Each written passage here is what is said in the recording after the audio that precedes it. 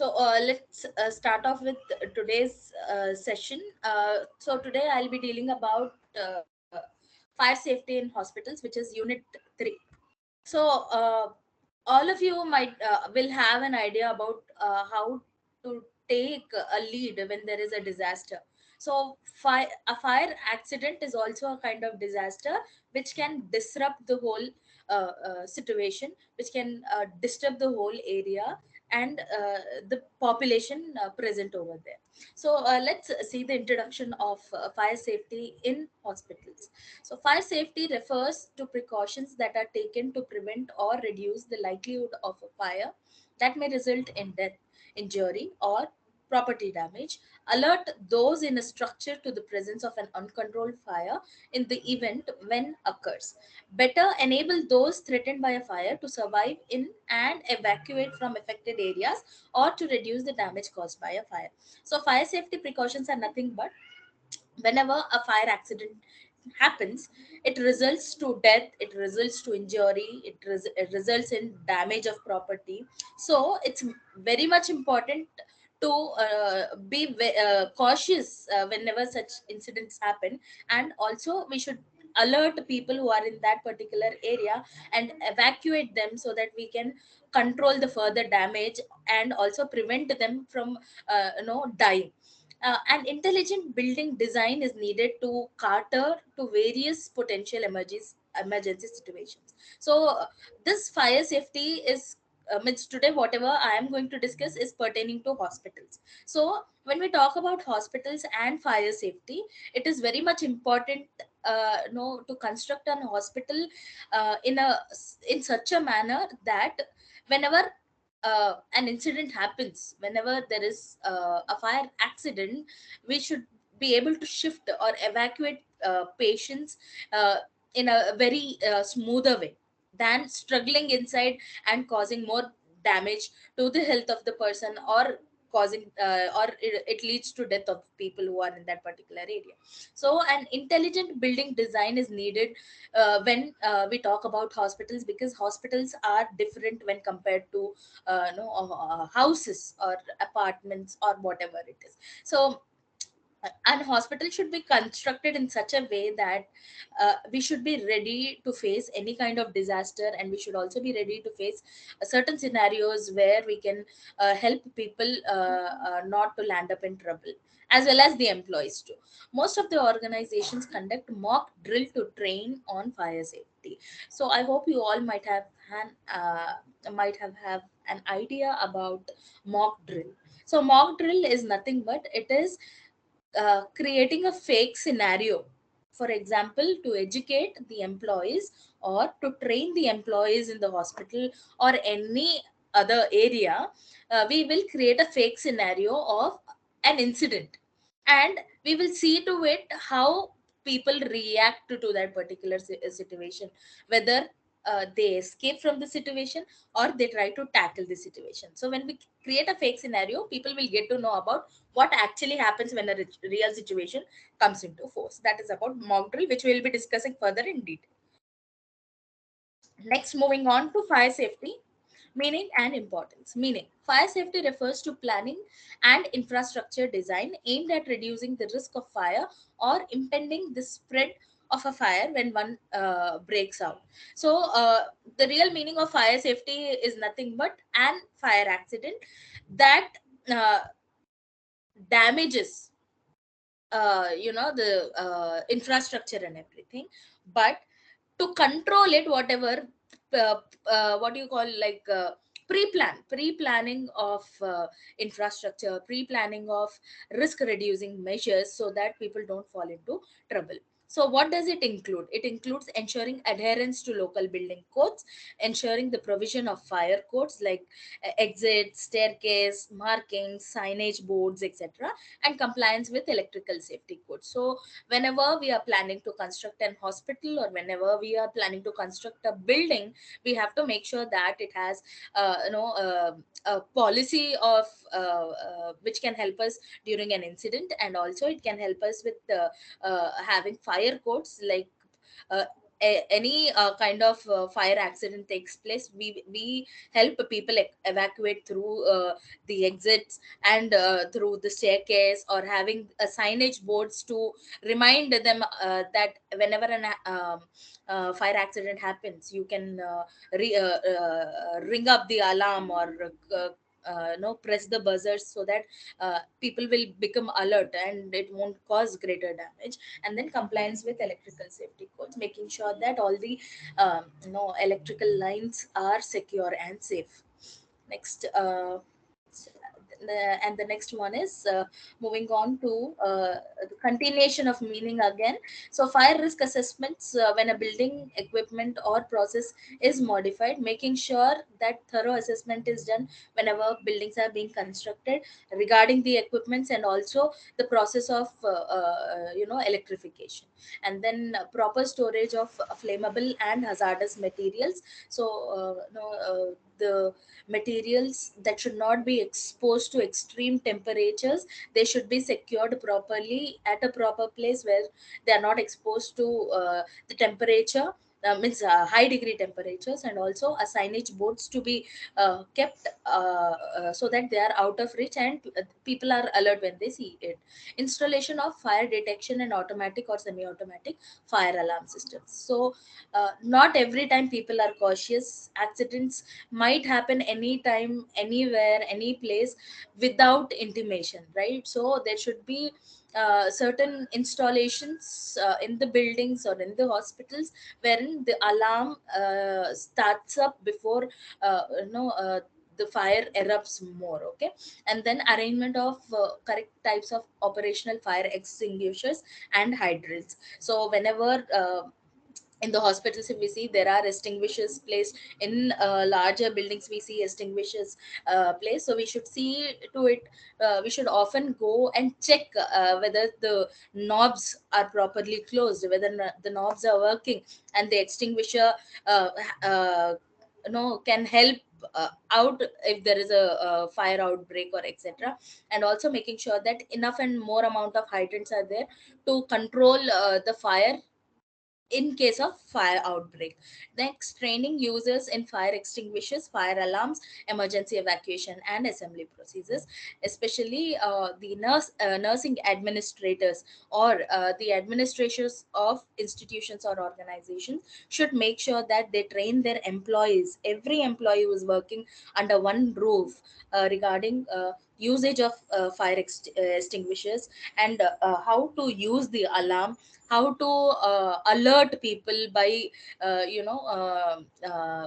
ringing up a code red, or by pressing the alarm and activating code red. And then emergency evacuation and assembly procedures. So whenever the incident happens, the employee or the staff, whoever is there in the hospital or anywhere, they should they should not escape from the situation, rather than they should see to it that they start evacuating people.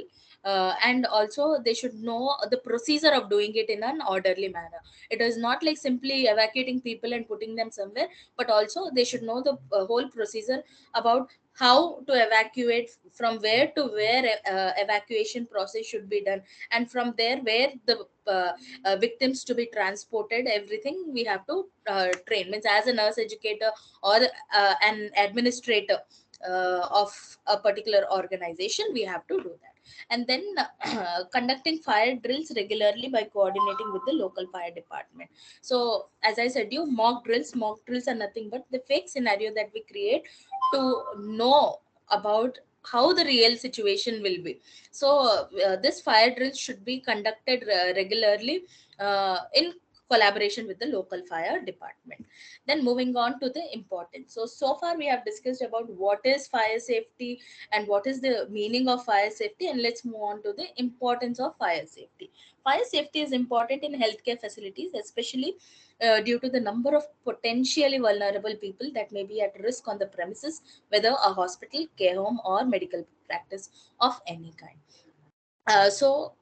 Fire safety is very much important because we cannot predict and we cannot take immediate measures, or we cannot relax when a fire incident happens. And also when we talk about hospitals, it's not an easy job if a fire accident happens to evacuate people, especially people who are not ambulatory, means who are on beds, who are in the ICUs, who are unconscious, who are semi-conscious, and people who have undergone surgeries or people with fractures. It's very difficult.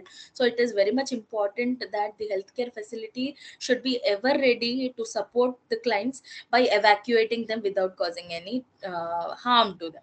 And also the common fire hazards that are normally seen are because of the electrical equipment that is present, because of the kitchen facilities, because of the smoke. It can be any kind which can be generated through the equipments or the machineries, heavy machineries that are used, or it can also be through cigarette smoking. And then specialized medical and surgical equipment. So there are certain equipments that are used in the ICUs, in the OTs, certain machinery, to do complicated surgery. So using it or handling it properly, making sure that they are secured, and uh, checking on it that it doesn't cause any kind of incident is very much important. Next, moving on to fire safety guidelines. Fire safety is the set of practices intended to reduce the destruction caused by fire. The NABH auditors look into consideration of the following points to ensure that the organization is compliant with fire safety regulation. So, fire safety practices are generally monitored to reduce the risks that are caused by fire. And the NABH auditors are the ones who will prepare a manual and also see to it that the fire safety regulations are followed by the organization or no. So the organization should have an updated NOC from the state fire department, and the organization has should have a multidisciplinary committee with a senior person as a chairman of the safety committee. The safety committee meetings should be held at least once in 3 months. Okay, these are the guidelines. Again, I'm repeating. So NABH auditors are the people who look into this aspect to make sure that uh, the hospital is following fire safety regulations. And the guidelines include, first thing is, the organization should have an updated NOC which has to be received from state fire department. And also the organization should have a multidisciplinary committee with a senior person as a chairman of the safety committee. And these people should sit together, and they should have committee meetings at least once in 3 months. And the organization should have formally appointed fire safety officer in charge of all concerns related to fire prevention and safety. The organization should have a written plan for fire prevention and safety, and should also have a fire safety manual approved by the safety committee. And this fire safety manual, whatever they have, they can also make changes, they can also upgrade their manual accordingly whenever they have this annual meets, once in annual meets, or 3 months once whenever they have the committee meetings. Then the organization should also have an emergency command center that becomes functional immediately whenever there is an emergency. So rather than rushing to the higher authorities, the organization can have an emergency committee which can be alerted first, and they will take a call, and all people will come and involve in this particular scenario whenever a fire incident happens. And then mock drills to be conducted and reports to be submitted. The fire signages to be appropriately placed at the right locations. Then the first safety manual has the following components. So when the first safety manual uh, was prepared or is prepared by an organization, making sure that plan for fire prevention and control. So we cannot predict, or we cannot wait till a real time situation happens. So prior handedly we should have a plan of no a plan of how to tackle with the situation when it happens. So plan of fire prevention and control, and then systems for fire prevention and control, maintenance schedules, SOPs for systems related to fire prevention and control, inspection protocols for fire safety installations, codes for announcement of fire related emergency procedures and communication protocols for the same, and then responsibilities of different departments in case of fire, procedures, frequency and protocols for mock drills, constitution of firefighting and evacuation teams, evacuation plan and electrical safety and systems. And there are 42 points given in your textbooks, so please go through it, which are very much self-explanatory, and it's all about what to be done, how it has to be done, how it has to be planned whenever a fire incident happens, and what are the major areas that no people need to focus whenever there is a fire incident, and how will we evacuate people from the area of disaster, and how we will transport them from the area of disaster to an or a casualty, and how we will triage them. I will explain you by giving you an example after discussing a few more slides. But please, whenever you find time, open your books and just go through the points that they have given. So I hope so far it was clear. We have discussed about what is fire safety. We have discussed about what is the meaning, what is its importance, and what are fire safety guidelines, and the first safety manual components. Okay.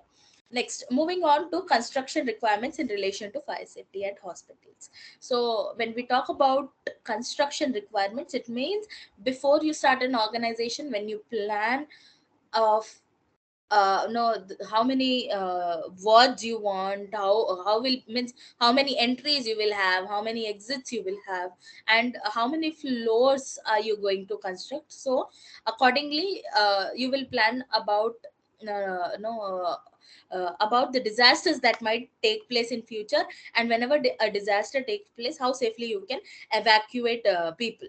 There are certain few more topics which we will discuss further, and I'll give you an example there. Please remember, design and construction is nothing but when you are planning to start an organization, or when you are planning to construct an hospital, it's not only constructing an hospital and running an hospital, it is also forecasting whatever the problems will take place, or what kind of incidents can happen, and whenever the incidents can happen, how can we support patients and evacuate them safely. Second one is provision of detection, alarm and fire extinguishment. So keeping in mind, first thing comes is fire accident, because we it is mandatory to have the signage boards, the alarms and fire extinguishers in the hospital premises, because we cannot predict the incident. So it is very much important about which locality will be mostly affected, and which so that every area in the hospitals, every floors in the hospitals, uh, at least there should be 4 to 5 extinguishers, depending on the type of the building or the area of the building. And then comes fire prevention. So for fire prevention, again the manual will be prepared, wherein you'll have the steps where you will train your employees about how to manage whenever a fire incident takes place. And then planning and training programs for isolation of fire. So training people, including the expertise, we will train the staff, and we will teach them about, if a fire accident takes place, how are we going to categorize people, how are we going to evacuate them, and then transfer for occupants to a safe place, or evacuation of the occupants to achieve ultimate safety. It means whenever incident is taking place, you should see that. So I'll give you an example over here. So there is a building which has 6 floors, and among the 6 floors, the third floor caught this fire. Okay, so the third floor had a fire incident, and then immediately the staff will alert everybody by buzzing the alarm, or by immediately uh, activating code red. So after activating code red, people will, means the fire department and the committee people, the fire safety committee people will rush to the area, and what they will do is they'll start evacuating people of that particular floor. As I said, you 6 floor building, third floor had a fire incident. First thing is evacuating people of that floor, first thing.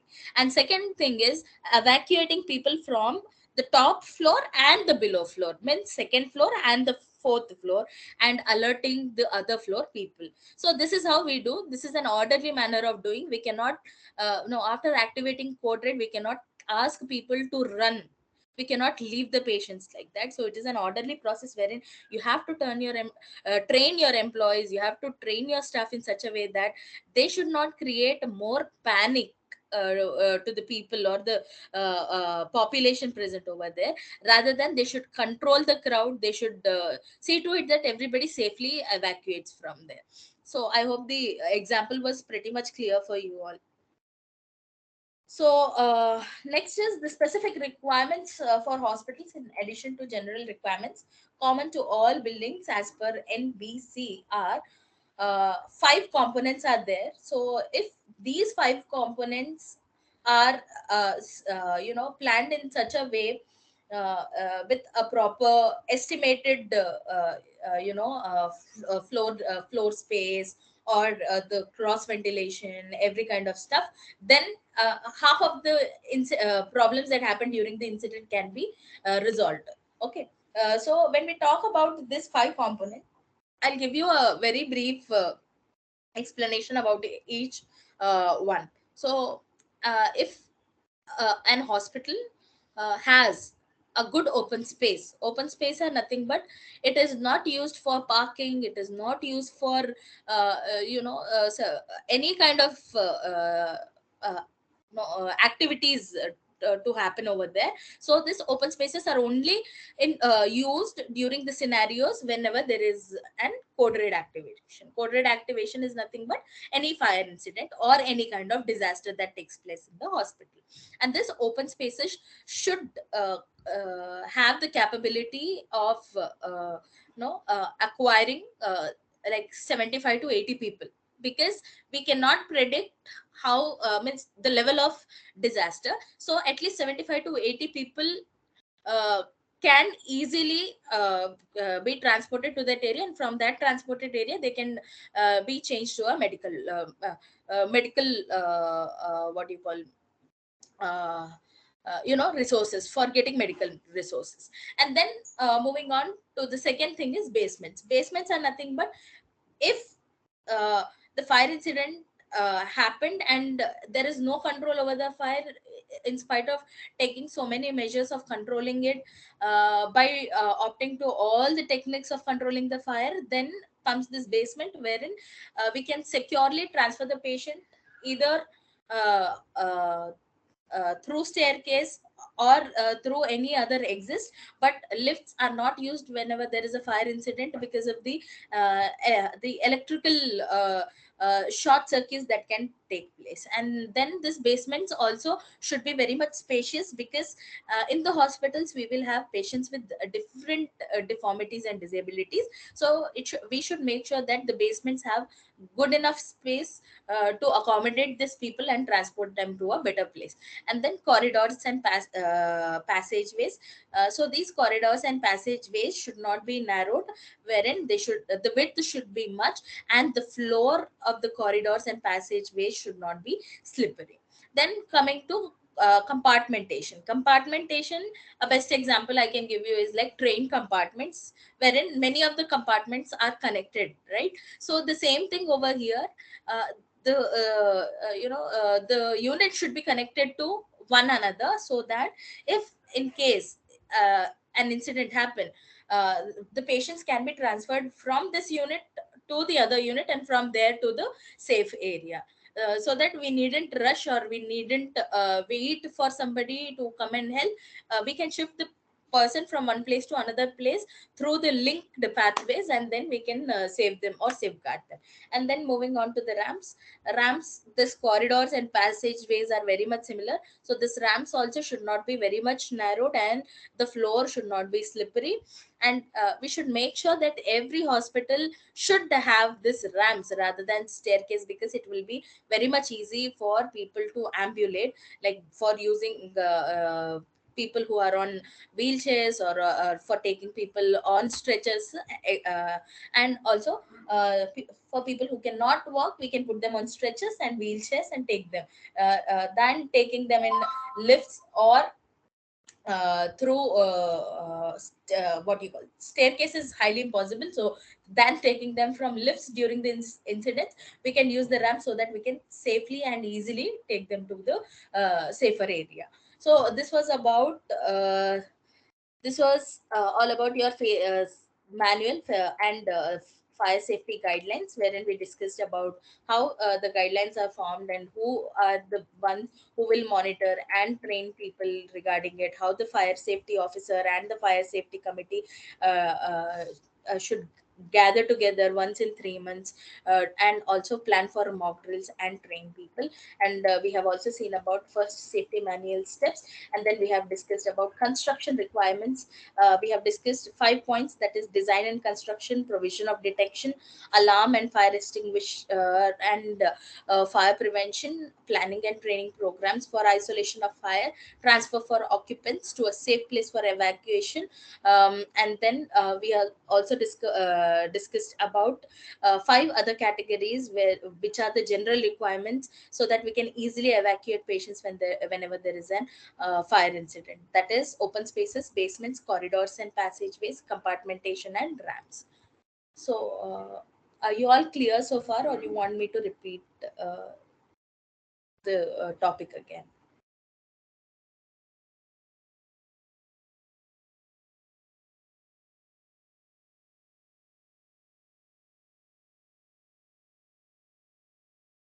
Okay, then I'll proceed. Now let's move on to fire safety programming. So the basic elements of fire safety programming are fire prevention, fire detection, fire notification, fire suppression, and fire control. So all these five elements are very much self-explanatory. So fire prevention, for example, an incident happened in so and so floor. Rather than leaving the area and going, or rather than not taking a call on it, will never prevent but worsen the situation. So fire prevention is nothing but taking a call beforehand than causing a bigger disaster. Fire detection, so for example, it starts with a very minimal outbreak or very minimal level of destruction. So fire detection will happen whenever the organization has the installations of alarms or installation of certain buzzers that will start ringing up whenever there is a little fire or smoke that is that erupts in the hospital premises or the any organization. So fire detection can only happen whenever there is installations of alarms or buzzers. And also fire notification, fire notification is nothing but as and when an area has a fire incident, immediately activating the code red, notifying people, so that people come and see to it that they control fire over there rather than spreading it and causing a greater damage. Fire suppression, fire suppression is nothing but using a equipments like fire extinguishers or hydrants to control the fire. And then fire control is using of more hydrants, and if the fire is not under control, then calling for a fire brigade to control the level of what you call spreading of fire or spreading of the disaster. So again, I'm repeating, there are five elements for fire safety program that one has to keep in mind. First one is fire prevention by controlling the scenario. Second one is fire detection. So fire detection can happen when the alarms are installed and when there are certain machinery that can get activated whenever there is an incident. Third one is fire notification. Fire notification happens whenever there is an incident and the employee activates code red.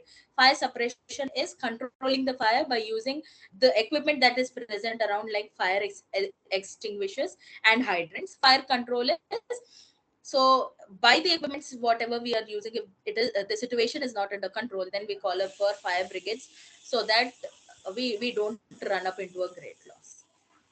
Next, moving on to fire safety systems at hospitals. So, fire safety system at hospital talks about fire protection systems, which include fire suppression, that is sprinklers, smoke detectors, and other fire protection equipment that works in tandem to protect against fire.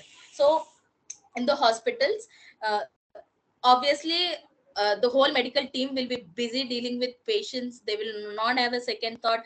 They won't even have a prediction about, okay, maybe after half an hour there will be a outbreak of fire incident, or there will be a code red activation. Such thoughts will never come into the mind, because they are always preoccupied with the providing care to the patients, different types of patients with different diagnoses. So that's the reason installations of certain detectors, fire detectors, smoke detectors, alarms is very much mandatory in the hospital, so that first hand you know first hand prevention of the scenarios can happen. And then detection and alarm systems are an important part of overall fire protection process. Discovering fires early contributes to protecting building occupants, limiting property damage, and minimizing interruption of organizational operations. So in if the fire alarms and smoke detectors are available in the organization, it will help in protecting the whole people in the building, as well as also it will help in reducing the property damage. It will help in minimizing the interruption in the organizational operations. And then moving on to emergency communication systems. An emergency communication system is any system which is typically computer based, which organizes for the primary purpose of supporting one way or two way communication of emergency information, both individuals or group individuals. These systems are often made up of both input devices, sensors, and output communication devices. Therefore, the origin of information can occur from a variety of sources and locations from which the system will disseminate the information to one or more target audience. So, emergency communication system is nothing but, for example, incident happened somewhere in a floor, but the people in the ground floor or in other floors are not aware of it. So when we contact this emergency communication system people, first thing is they will come to the area wherever there is an incident, wherever the incident has happened. They'll try evacuating that people, and then they will only help in alerting people in the other floors. And also they'll make it easier for people to evacuate from that incident area.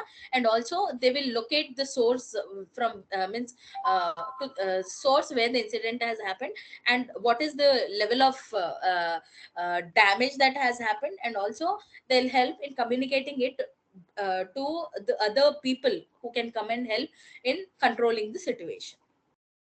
Next is code red. So code red is the hospital emergency code word to initiate a response to a fire.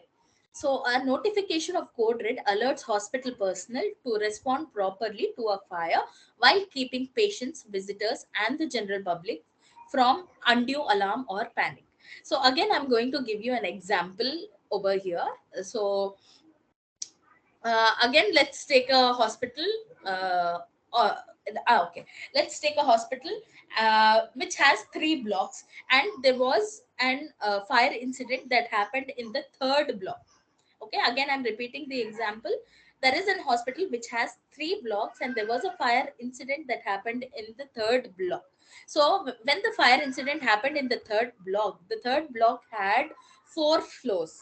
And in that 4 floors, first floor was OPD, the second floor was laboratories, and third and fourth floor, in the third floor there was ICU, and the fourth floor had a medical unit, okay, the medical ward.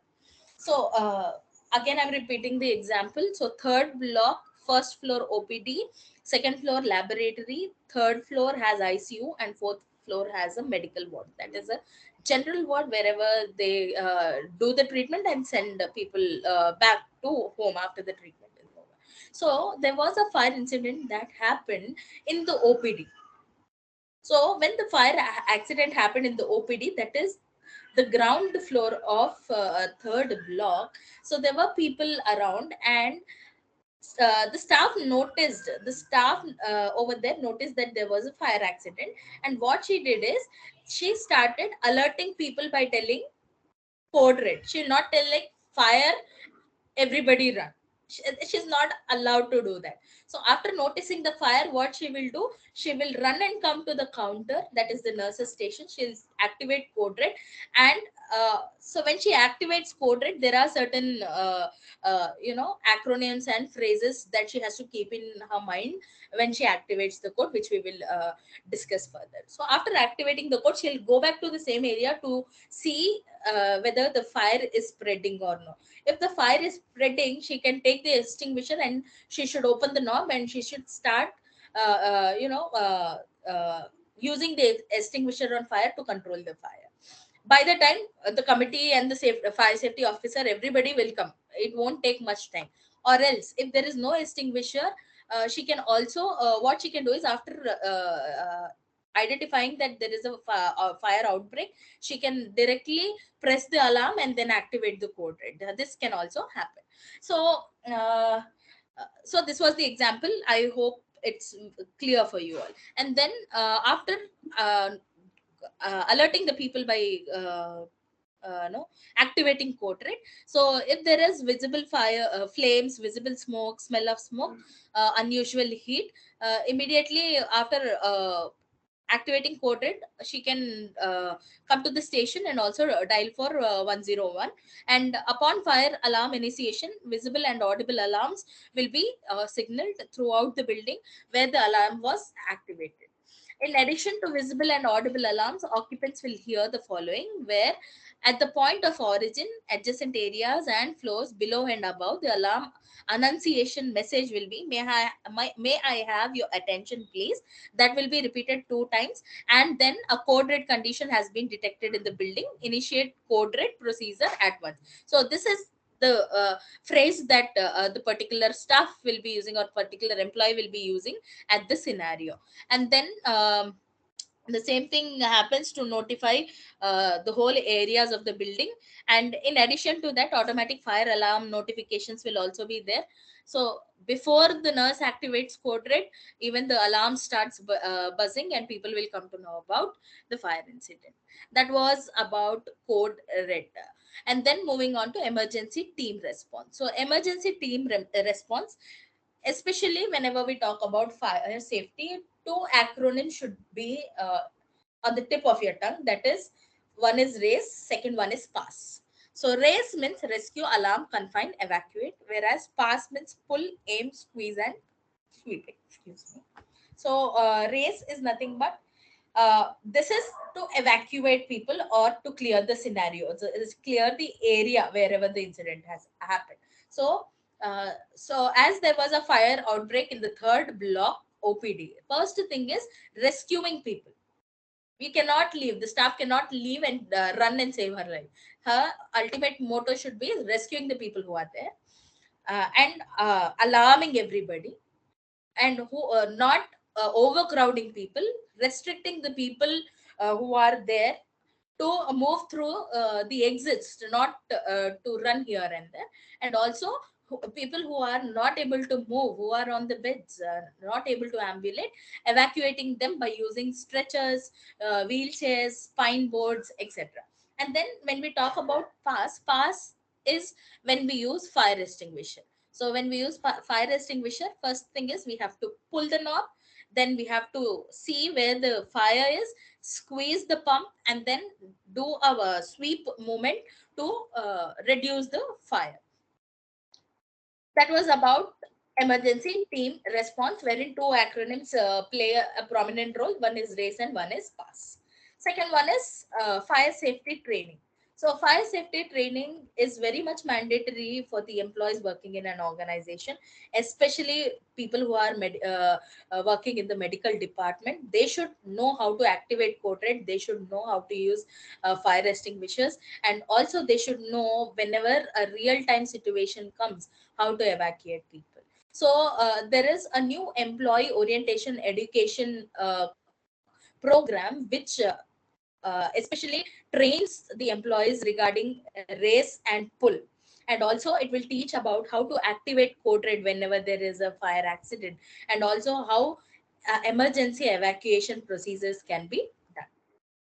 And then the department's training must include how to initiate code red. Again, the repetition, how to initiate code red, uh, how to alert people and ask them to move through the exits, and then rather than moving through the other areas. So not sending them through another openings or staircase, rather than sending them to a safer exits. And then specific roles of staff related to fire response, location and proper use of firefighting equipment, that is nothing but fire extinguishers. And then specific departmental responsibility in preparation of evacuation. So whenever the employee is trained, as I said you in the previous slide, if you see over here, they should know about initiation of code red, that is very much mandatory. Second thing is they have to know about race, and they should know about pull and emergency evacuation procedure. These are the 4 points that you have to remember when it comes to fire safety training. Fire safety training purely talks about, first one, initiation, because you alone cannot fight the battle, so you need people. So to need people, you have to alert by initiating code red. Second one is you should follow race. Race is nothing but rescuing people, and then what you call confining people, ambulating people, and uh, evacuating people. And after that, emergency evacuations you have to see, and see to it that the people are going through the exits that are safer for them. And then moving on to steps to be considered for a successful fire drill at workplace. So as I said you, mock drill is nothing but creating a fake scenario. So I have given you an example which was a fake scenario. So in such scenarios, what a staff should do? So any mock drill should have 4 steps. First one is create a plan. So which floor you are going to do a mock drill.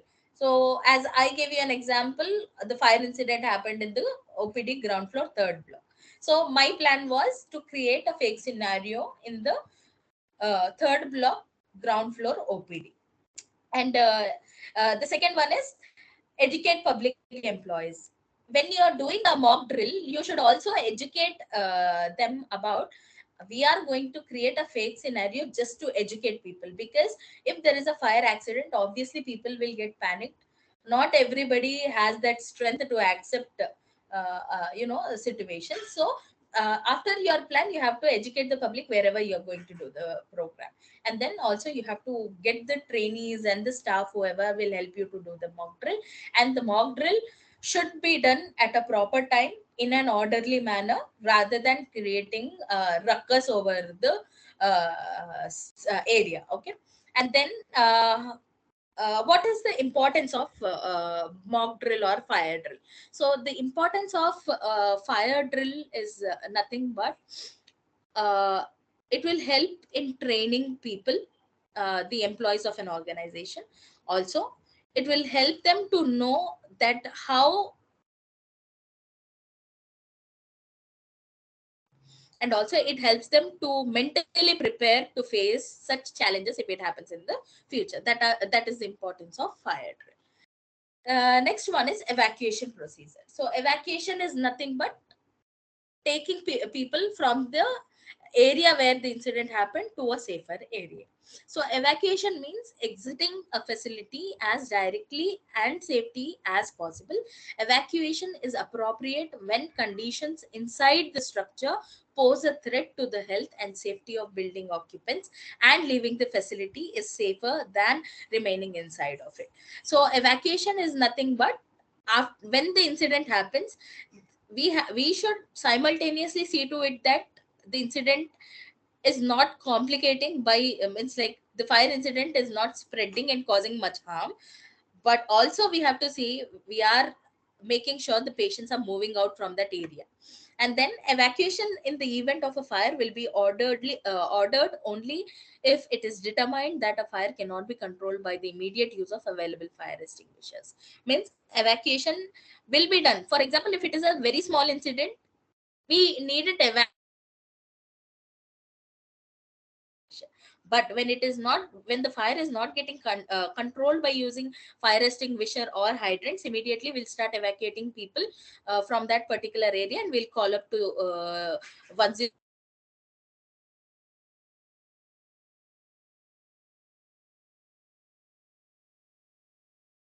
visitors and employees are determined to be in immediate danger of injury or death if they remain in an area threatened by fire or smoke. So if you are not concentrating about evacuating people and your concentration is only in controlling fire, then patients will end up into trouble. Not only patients, but the attenders, the visitors, and the employees will fall in trouble. And moving on to the next slide, where the following items should be considered wherever appropriate. So, first is fire evacuation strategy. So, at one hand, we are making sure that the fire is not spreading and causing much damage. At the other hand, we are trying to evacuate people. Second one is action on discovering a fire. So where the fire was, at what time it happened, how it happened, what was the main source, and action on hearing the fire plan. So whenever there is an incident, if there is installed buzzers or smoke detectors, fire detectors, we needn't worry because the fire safety team will come and help us out in solving the problem. If not, then what steps we have to take, the employee or the people over there should be aware of. And then calling in fire brigade if the fire is not under control. Power process isolation. So whenever there is fire incident, making sure that the power supply is cut for a certain period of time, not to complicate the situation. Identification of key escape routes. So finding away the safer route to transfer the patient outside of the incident area. Fire wardens and fire marshals, it's nothing but no the firefighter, the firefighters who can come and help us to sort out the situation. Places of assembly and roll call. Firefighting equipment to be provided, like extinguishers, hydrants. Training is required for all the employees to at least control the situation till people come, till experts come. Relation with emergency services. So whenever the incident happened, so far I was telling you that the incident happens, we evacuate people, we transport them through safer exits. But after transporting the patient, where are we sending them? We are not sending them home, we are not asking them to leave the hospital and go somewhere else. It is after evacuating people from that area, we send them to this open space, what we have discussed priorly. We discussed about open space, basement, ramps, stairs, right? So whichever place is safer for them, we send them there. Especially we send them to an open area outside the building, outside the building open area, and from that open area we will not allow them to go anywhere. Whoever was there in the area is an exposed victim, so that exposed person will be sent to ER from that open place. So all the ambulatory services, ambulance, everything will come over there, and from that point we will take all these people to a casualty. We'll record their vital signs over there. After recording the vital signs, we will send them into the casualty, and we will do the triage process. So triage process is nothing but due when they are exposed, they are at risk of developing one or the other kind of health issue. They might look normal, but there will be something running inside. Okay, there will be some kind of problem that will be inside, which cannot be detected so early. So it is very much important that whoever is exposed or whoever was present in that particular area will be taken to ER. The vitals will be monitored and they will be under observation for at least 30 minutes to 45 minutes. After that only they will be sent back to the areas. Okay. And it is also very much important to triage people. Like triaging is nothing but red, yellow, and green. So red for very severe, and green for people who are moderately weak, or whose vitals are moderately feeble. And then moving on to the yellow thing. So here actually five categorizations will be there. The five categorizations will be depending upon uh, not sorry exposed, not exposed, and mild, moderate, and severe. So accordingly we will triage the people, and we will put bandages sorry we'll put tapes to their arms, so that the trial system will continue until and unless they come back to normalcy. Next is evacuation guidelines. So evacuation guidelines are partial evacuation, horizontal evacuation, vertical evacuation, lateral evacuation, complete patient evacuation, and patient removal. So to give you a very simple explanation about it, in the beginning I have given you an example that if there was a outbreak, fire outbreak in the third floor. First thing we did was evacuating people from that particular third floor, and then evacuating from above and below. So this partial, horizontal, vertical, lateral is nothing but we do it in a orderly manner depending on where the incident happened. And finally we see to it that the whole building, no the whole the people present in the whole building are evacuated, and then measures are taken to see how the incident happened, from where it happened, and is there any chance of it to happen in other floors. And once everything is fine, then only we will again start operating that particular block or particular building.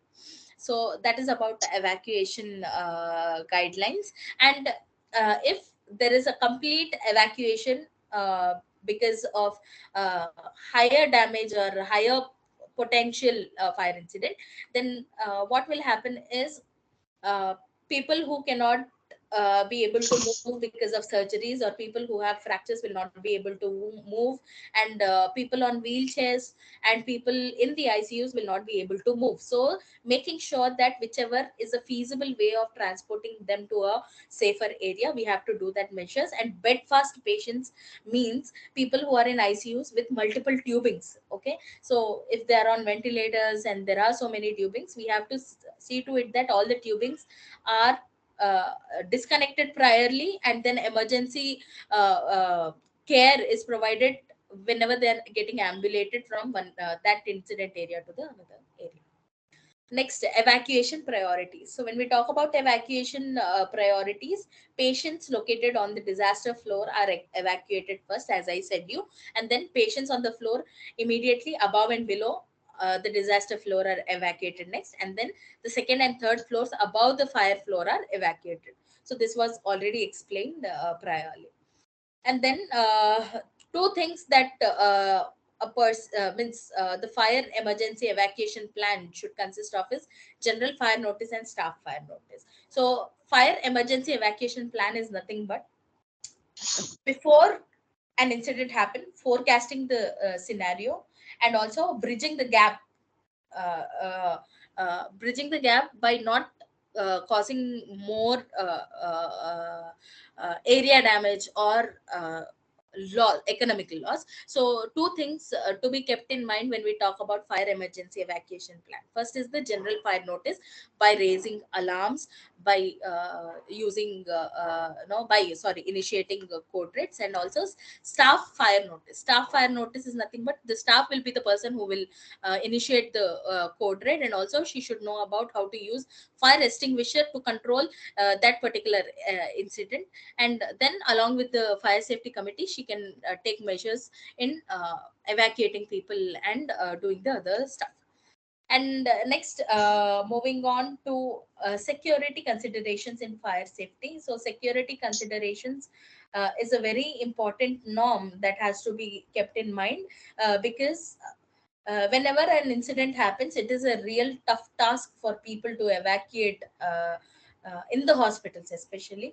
And whenever there is an emergency, whenever there is a fire outbreak, so the emergency management plan should be opted, where no people should take a stand in controlling fire and evacuating people, because evacuation is very much important because of the smoke that is no evolved, or the fire that is spreading across, which comes in contact with hazardous material, may cause death of people who are exposed or who are in that particular incident area. So it is very much important to have an emergency management plan to evacuate people from the incident area. Then so these are few fire safety measures that were proven effective, that is having a detailed action plan, and establish the incident command structure, instructions for a fire safety management team, fire safety evacuation aids, firefighting equipment in check, mock drill, and fire safety training. So a detailed action plan is nothing but everybody in the unit should have a manual about how to activate code red, how to take measures whenever there is a fire accident no taking place. Second one is establish a incident command structure. Incident command structure is nothing but activating, taking charge, the people in the incident area, coming in contact with the emergency department, and coming in contact with the fire safety department or committee. And then instructions for a fire safety management team, like whenever this staff or the employee activates code red, she has to be clear, stating that this is where the incident happened, this is the level the fire is spreading, or the fire is only restricted to one place, or it is near to the patient or no. All the instructions to be given to the fire safety before they reach the area. And then fire safety evacuation aids. So fire safety evacuation aids are nothing but the type of equipment that is used to evacuate people, like spine boards, wheelchairs, blankets, and certain kind of material which will help in safer evacuation. And then firefighting equipment in check, that is nothing but hydrants and fire extinguishers. And also prior handedly training the staff and making them participate in mock drills which can help them face the real situation in a better way. Next, moving on to the role of the hospital administrator in fire safety. So, the hospital administrator plays an important role in the fire safety, though they always are busy looking into patient matters. But this is a very important scenario wherein they have to take a lead on ensuring with the plan of protecting all persons on their premises and for their evacuation. So whenever a fire incident takes place, the hospital administrators should take a active role in planning and protecting no planning certain what you call it, planning certain uh,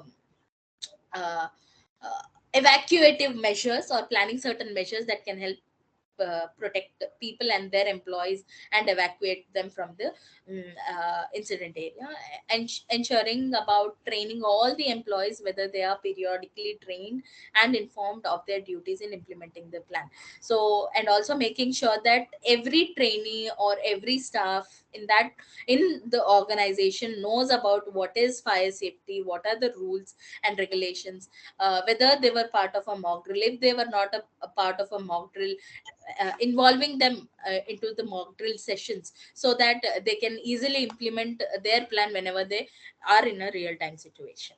And then ensuring about conducting mock drills often, and quarterly drills on all shifts are required. A minimum of 12 drills must be held each year, ensuring that all employees are instructed in life safety procedures in the event of fire. So uh, people, like employees can be least interested in participating into the mock drills, but when a real situation comes, it will make them panic, but they'll try to escape, but they'll not be able to face the reality. So it is very much important to let them know about the importance of mock drills. And then ensuring fire safety signage is current and correct as per the policy, as per the hospital policy, and as per the current updates in the state fire safety department. In collaboration with them, we also have to update the signage and the protocols that are used regarding fire safety, ensuring that all the staff is aware of the organization fire policy. Hospital administrator is responsible to organize fire drills in accordance with practice policy. So they have hospital administrators responsibility is to organize mock drills and is to train people, is to make sure that mock drills happen often and quarterly drills happen in all the shifts, and annually 12 drills should happen to train the employees, so that they can prevent complications whenever there is a real time situation. So this was all about uh, fire safety. So today we have discussed about what is fire safety, what is the meaning, what is its importance, what are fire safety guidelines. Then we have seen about fire safety manual, and then we have seen construction requirement in relation to fire safety at hospitals. What are the NBC protocols whenever there is a fire incident in hospitals, and what are the general requirements for a building as per NBC. And then fire safety programming, which has 5 elements. And we have also seen about fire safety systems at hospitals, emergency communication system, code red, and emergency team response, fire safety training. And we also have seen about what is the importance of fire drill, and what is successful fire drill plan. And then evacuation procedure. And we have seen evacuation guidelines, evacuation priorities. And we also have discussed about fire emergency evacuation plan, which has two things, that is general fire notice and staff fire notice. And we discussed about security considerations in fire safety. And we have also seen few safety measures that has to be taken in hospitals, which were proven to be very effective. And finally we discussed about role of hospital administrators in fire safety. So this was all about your third unit, that is fire safety in hospitals. So I hope I was clear so far. So let's take a 5 minutes break, and I'll finish the next unit, which is very much small and very you know a unit that you'll understand it in a very simpler way. Again, it is about disaster stuff. So we'll get back after 5 minutes. If you have any doubts, please kindly ask. I'll help you give solutions for your doubts.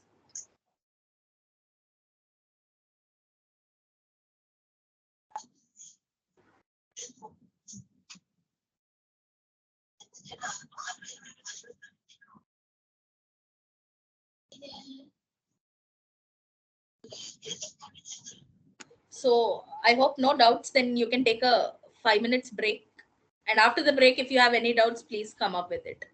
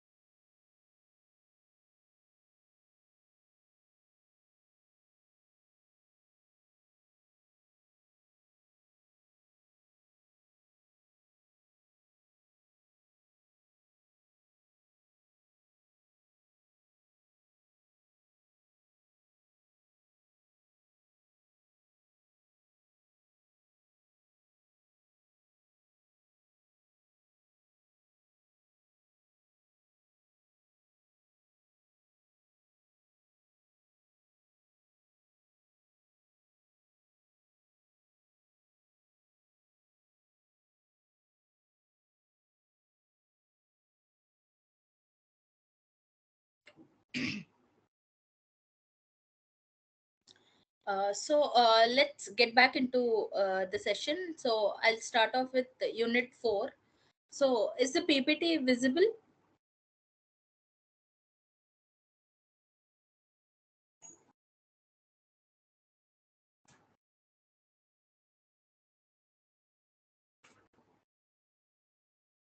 So can please anybody let me know whether the PP is visible or no? Yes, ma'am. Okay, thank you. Okay, let's start off with the fourth unit, that is disasters in hospital, nature and management. So a disaster are sudden and unpredictable in terms of their magnitude and the damage they cause to human lives. India is very much vulnerable to floods, droughts, cyclones, earthquakes, landslides, etc. because of its geoclimatic conditions. Disasters cause not only human casualties but also result in loss of life, disability, and economic losses. Disasters may not be totally preventable, however, the impact can be minimized by effective planning. So, in a nutshell, if I have to give you an intro about disaster, disaster is nothing but it is an unpredictable, sudden, which happens with a magnitude and causes a greater damage. So disasters not only cause human casualties, they also cause a greater damage uh, to life, as well as it causes disability, it causes economic loss, and certain disasters, they doesn't allow humans to recover from it. So disasters may not be totally preventable, but the impact can be controlled if it is identified priorly or effective planning is done. Next, definitions of disaster. A disaster is a sudden great misfortune. It is a situation where disruption of life, that is human, animal, and plant, and life supporting systems, water, air, and food, occur due to a great magnitude. A disaster is a situation which implies unforeseen, serious, and immediate threat to public life. So the definition is given by WHO. And the other definition that is given by WHO about disaster is it can also be defined as a serious disruption of the functioning of the society, causing widespread human, material, or environmental losses which exceed the ability of the affected society to cope up using its own resources. So you all will have an idea about what is disaster. It is nothing but a sudden disruption that causes a great damage, and Excuse the me, ma'am. disasters. Uh, Excuse yeah, me, ma'am. The yes, thing yes. is, we can only see your like screen, ma'am. We can't see PPT. Okay.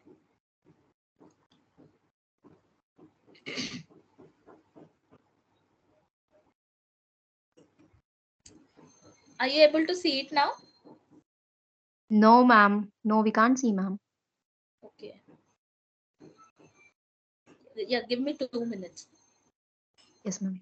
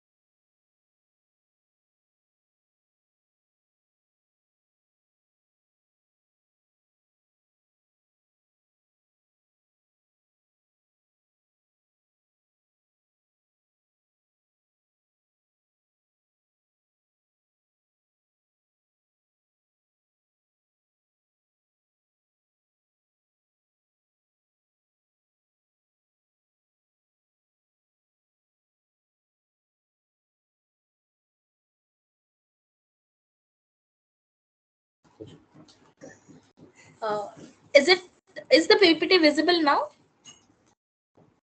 Yes, ma'am. Now it's visible, ma'am. Yeah, fine. Yes, ma'am. Now it's Okay. We were talking about disaster. Disaster is nothing but which happens suddenly and which causes a greater damage. It doesn't only cause human casualties; it also causes property loss, disability, economic loss, and also there are factors that will uh, uh, not allow a person to recover from it. Then moving on to the classification of disaster. So the disasters are classified into two types actually, that is natural disaster and man-made disaster. So can anybody give me an example of natural disaster and man-made disaster? Cyclone and floods is a natural disaster, ma'am. Tsunami. Uh, Tornadoes, these can be. That are natural disaster, whereas man-made are Um, man-made disasters. Man-made disasters. This COVID is due to a virus which is man-made, they said. Good. So a bio war is a man-made disaster. Bomb blasts Yes. are man-made disaster. Terrorism is a man-made disaster. Nerve gases. Uh, yes, they are disasters, man-made disasters. So anything that is made through humans is a man-made disaster. And also there are again two types of disasters, that is internal disaster and external disaster. Can you guess about what is internal and external disaster?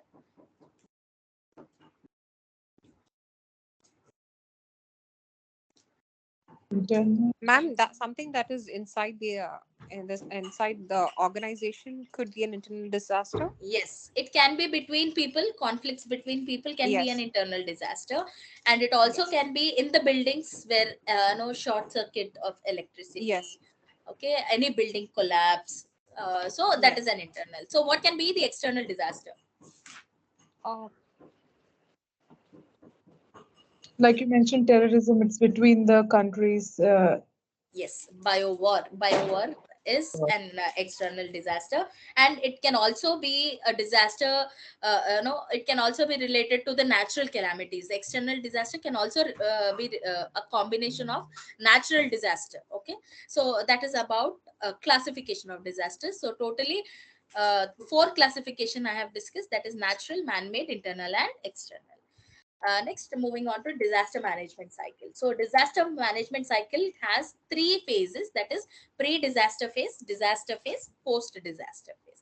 So pre-disaster phase is nothing but when people get to know that there is a chance of natural calamity to happen, or they predict that there would be a cyclone or earthquake or any kind of disaster, they will come up with a plan of safeguarding people from that area, evacuating them from that particular area, so that people don't lose their lives and there is no great loss. That is pre-disaster phase.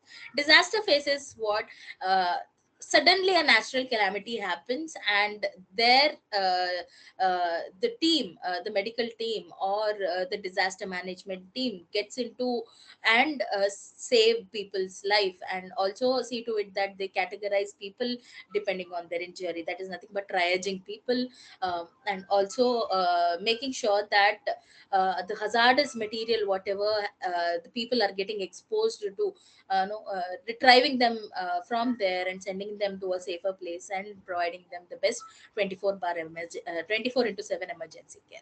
And the third one is post disaster phase. Post disaster phase is nothing but after the disaster, obviously that creates a panic, anxiety, that triggers people lose their family members, people get injured, uh, they lose their body parts, wherein amputation to be done in certain cases where there are crush injuries or a loss of becoming disabled. So all this phase will make people mentally, psychologically deprived. So post disaster phase will help in meeting the needs of patient, be it psychological, be it spiritual, be it physiological. So post disaster phase is nothing but safeguarding people and seeing to it that they are stable and leading a normal life. So this is about disaster management cycle, which includes three phases: pre-disaster, disaster, post. Pre-disaster is before the disaster happens, disaster is during the time of disaster, and post disaster is after disaster, how you are safeguarding and supporting people. Next, moving on to role of hospitals in disasters or casualty incidents. Hospitals play a critical role in healthcare infrastructure. They provide 24 into 7 emergency care services. So, whenever a disaster strikes, the approach of the hospital is provision of care for the public. The best situation that comes into picture is outbreak of any pandemic or epidemic. So, when for example, when there was COVID outbreak, so there were physicians, there were doctors, sorry, there were physicians, there were staff nurses, there were other helpers, employees who were ready to help people, but the pandemic had certain protocols wherein we couldn't extend our services to everybody because of lack of infra, lack of equipment, and lack of provisions because of the pandemic outbreak. So when a disaster situation happens, it is expected to provide the best possible professional care to all the casualties. We cannot segregate people, or we cannot show partiality in providing professional care to the people, because whenever a pandemic is there, or whenever there is a outbreak of pandemic, or whenever there is a outbreak of any natural calamity, there will be mass casualties. And when there are mass casualties, we cannot prioritize people. We should prioritize based on the need and based on the severity of injury the person is going through. And at the same time, care should be continued for all the patients who were in the incident area. And we should see to it that we save many lives as possible. And it should based on the triage, as I said you, based on the level of injury and based on the people who need emergency care, we should deliver the services, but we should not opt any person out of it, because one or the other way he is affected because of the natural calamity that has taken place. Then minimizing the disabling effect on patients due to injuries, fractures, or blood loss, prevention of infections on patients by timely and efficient treatment, managing the casualties as per triage and not to be afraid of the economy of casualties, efficient organization of resources to treat each and every deserving patient, manage cases and simultaneously address the public and press, crowd to be controlled and treatment to be given as fast as possible and to the best level as possible, establish the identity of patients and secure their belongings or valuable. So these are very much self-explanatory. So I'm not going to dig in into this, and I don't want to elaborate it much. So if you have any doubts, you can ask me. If not, I'll proceed. And moving on to emergency plans of hospital when a disaster takes place. So it should be designed in such a way that quality of care for serious or critical patients is not compromised, and the plan should be the survival and uh, recuperation of as many patients as possible, and proportional distribution of patients to other healthcare facilities. Hospitals should maintain sufficient number of medical and paramedic staff to meet the patient need of emergency care, because whenever there is a disaster, I said that there will be mass casualties. So we should have a good team, efficient team, as well as the team members should be more, so that we can support patients and provide the emergency care.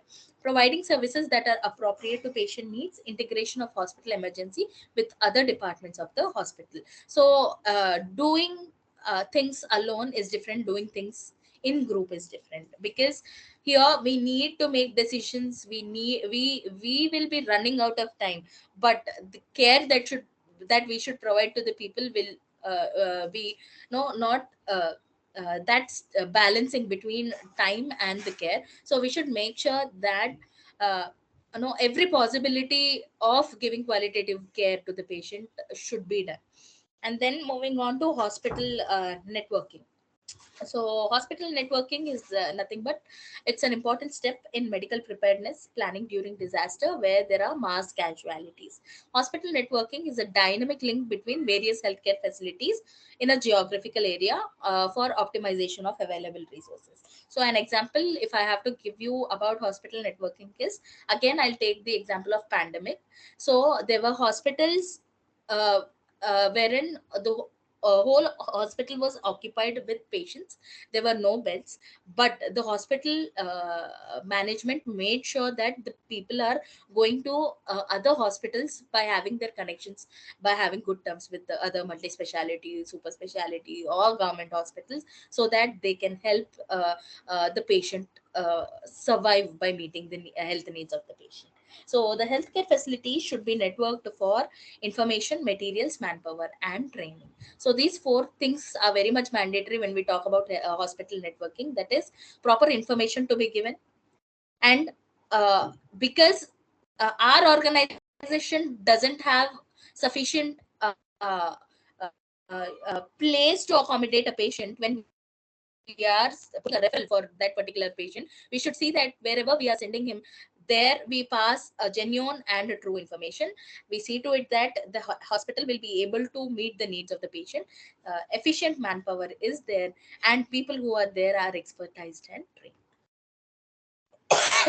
Next, moving on to role of district medical authority. The administrative unit under which the responsibility of disaster management lies is the district, taluk, or block level. So here, in the role of district medical authority, there are again two phases which we already have discussed before. In the disaster cycle, we discussed three phases, but in role of district medical authority, they only focus on pre and disaster phase. The post thing comes when we talk about an organization or a hospital wherein we are treating people. So in this district medical authority, they only focus on two aspects, that is pre-disaster phase and the disaster phase. Again, the same explanation for it. Pre is before the disaster happens, coming up with a plan, and second one is the disaster phase, when the disaster happens, trying to evacuate people from there and sending them to the better and the best medical facilities available. Next, moving on to organization of health delivery in disaster emergency situations. So whenever there is a disaster emergency, it is the responsibility of the district authority to organize the overall healthcare delivery at district level. So whenever there is a disaster, the responsibility of the district authority is to alert everybody that so and so area has a disaster and there are mass casualties and we need medical help. When there is an alert, the hospitals will also make sure that they are not running short of equipment, they are not running short of manpower. There are experienced people who can support the people who are the victims of disaster. The mass casualty medical plans will be smoothly imbibed into district plans by district authority, and accordingly district plan is done. And keeping all these aspects, healthcare delivery in disaster or emergency situation is planned in two stages, that is pre-hospital management and emergency hospital organization. So when we talk about pre-hospital management, it is about first aid to people who have minor injuries, and then first aid post. First aid posts are nothing but no, delivering first aid before they reach the casualty. Okay, means from the area of incident till they reach the hospital, giving them first aid and mobilizing them from that particular place, and seeing to it transportation services like sending of ambulance or other transport facilities to get the people to hospitals or the nearby healthcare facilities available. And then mobile surgical units. Mobile surgical units are nothing but the team of doctors going with all the equipments to the incident area to safeguard people and ship them to hospital. That is pre-hospital management, which is given outside the hospital. Second one is emergency hospital organization, wherein after the disaster happens, when these mass casualties are brought to the hospital, then whatever the needed equipments, the machinery, the needed medicinal supplies is needed, making sure the hospital fraternity arranges its prior hand before the arrival of the casualties. Next, moving on to the role of hospital administrator. So the hospital administrators are capable to handle day-to-day problem in a hospital, whereas situations like disasters are rare and challenging. Yeah, because hospital administrators' duty is to look over how people are, know how patients are feeling, how patients are satisfied by the type of care that is being provided. They make sure that the nurses are communicating properly, the physicians are giving them an apt information about their disease condition. But when a disaster happens, it is a tough time for everybody to take a call, because uh, moving in of mass casualties, providing them care is not a very easy job. So it makes the administrators think for a while, plan for a while, and the execution process needs some no tactics to handle the situation. So as a hospital administrator, he or she should be fully equipped to face the situation when it demands. So they should be ever ready in facing the situation. They should have knowledge about the disaster management plan, and the administrator plays an important role in designing emergency plan, because when they say mass casualties and your casualty has only 10 beds, it will not help. So making sure that you arrange for 2 3 more casualties by emptying the units or by emptying any kind of place in the hospital, to make sure that you give proper treatment to the casualties arriving to the hospital. And also doing mock drills for the employees to help them face the real time situation. They should also upgrade the disaster management policy for from time to time. So like triaging system, we say, or by no supply of equipments, supply of medication, supply of fluids, etc. So by doing the mock drill, they'll get an idea, and they can also make changes in the manual to support the employees as well as to face the real time situation. So, as we discussed about mock drills in the previous unit, also, again, I'm making it very clear. I'll read this out, please pay attention, and it is very much self explanatory. So, mock drills are useful for testing the efficacy of an emergency response plan or disaster management plan. Mock drill is a virtual reality of the actual situation and helps to practice as how to save life in real time situation. So, it is nothing but creating a fake scenario and making them do stuff. And when the real time situation comes, people don't panic, but they take a step in providing care to the mass casualties. And it is a practical orientation given to the employees in organization, and is a participatory method to practice the safety related measures during an emergency. So a mock drill helps the employees know about what they have to do when a real time situation comes, and how this mock drill practice will help them in safeguarding people when there is an emergency. There is something called as mock disaster exercise. Mock disaster exercise is nothing but to evaluate response, to improve coordination with departments, to identify efficacy of SOPs, to enhance the ability to respond faster. Mock drills play important role in tackling any emergency situation. Emergency situation include high level triggers. So whenever there is an emergency situation, obviously people become anxious, few people faint, a few people will not be will go into shock because they are not able to accept the situation, which makes the situation tough to handle. So whenever a fake scenario is created, it gives them the confidence of handling situation whenever and wherever possible.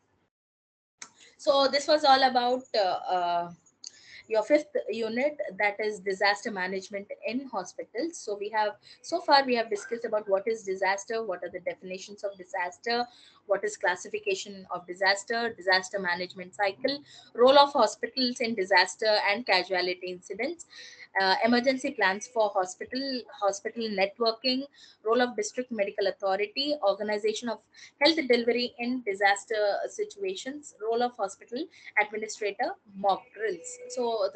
So this was all about your fourth unit. And we have finished 4 units by this. So I have started with uh, the nosocomial infections in the hospital. Then we have discussed about occupational hazards, and today we have discussed about what is fire safety and what is disaster management in hospitals. So I hope I was clear, and these 4 units were clear to you. And if you have any doubts regarding it, you can ask me now.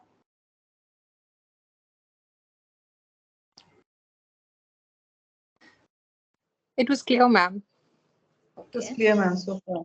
So, no doubts or any kind of questions you want to ask, you can. If not, then we can end the session for today. It was clear, ma'am. Thank you. Okay then. So I'm ending the session. Thank you. Have a good day. Thank you. Thank you, ma'am. Thank you. Thank you, ma'am. Good night, ma'am. Okay, students, for today class is done. Okay, thank you. Thank you, Sukumar sir.